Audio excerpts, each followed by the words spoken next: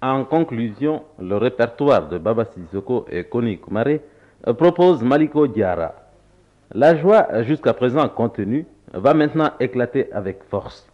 Dès la première attaque, Koni Koumare s'écrie « Modibo, il fait bon vivre dans ton Mali. Le jour éclatant du Mali contraste avec la nuit coloniale. Nous savions que le colonialisme n'était pas éternel. Tu nous as délivrés, nous te bénissons. » Puis soudain, une rupture. On ne chante plus, on récite. Koni Koumare et Baba Sissoko vont se relayer pour les saluts adressés aux populations du Mali. Salut au Mali qui rend service. Salut au Mali qui respecte sa population. Salut à ceux qui travaillent pour ce Mali. Salut aux engagés pour le Mali.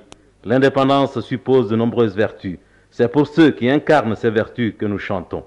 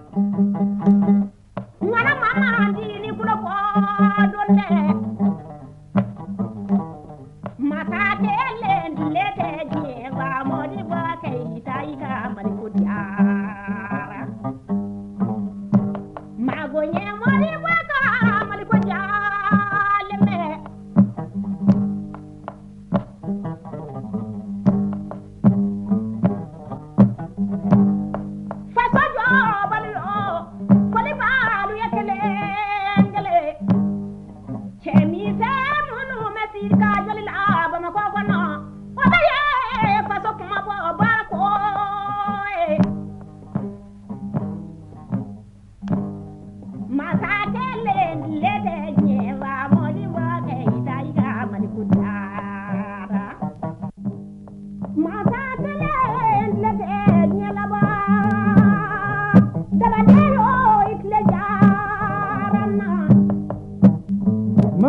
doka saya makono mamenu doka mugu makono ni mugu ni nega yu fenga ni saya yu fenga ka sabu ku kat bu denya nu ka barga nu ka tlinene nu ka yere doy amini nyore fanga cheba wi ananga musobo nanga dembe ngoro bono e amini nyore fanga cheba wi amini nyore fanga ma bo amini nyore fanga ma tlinu mari ku goro bono bani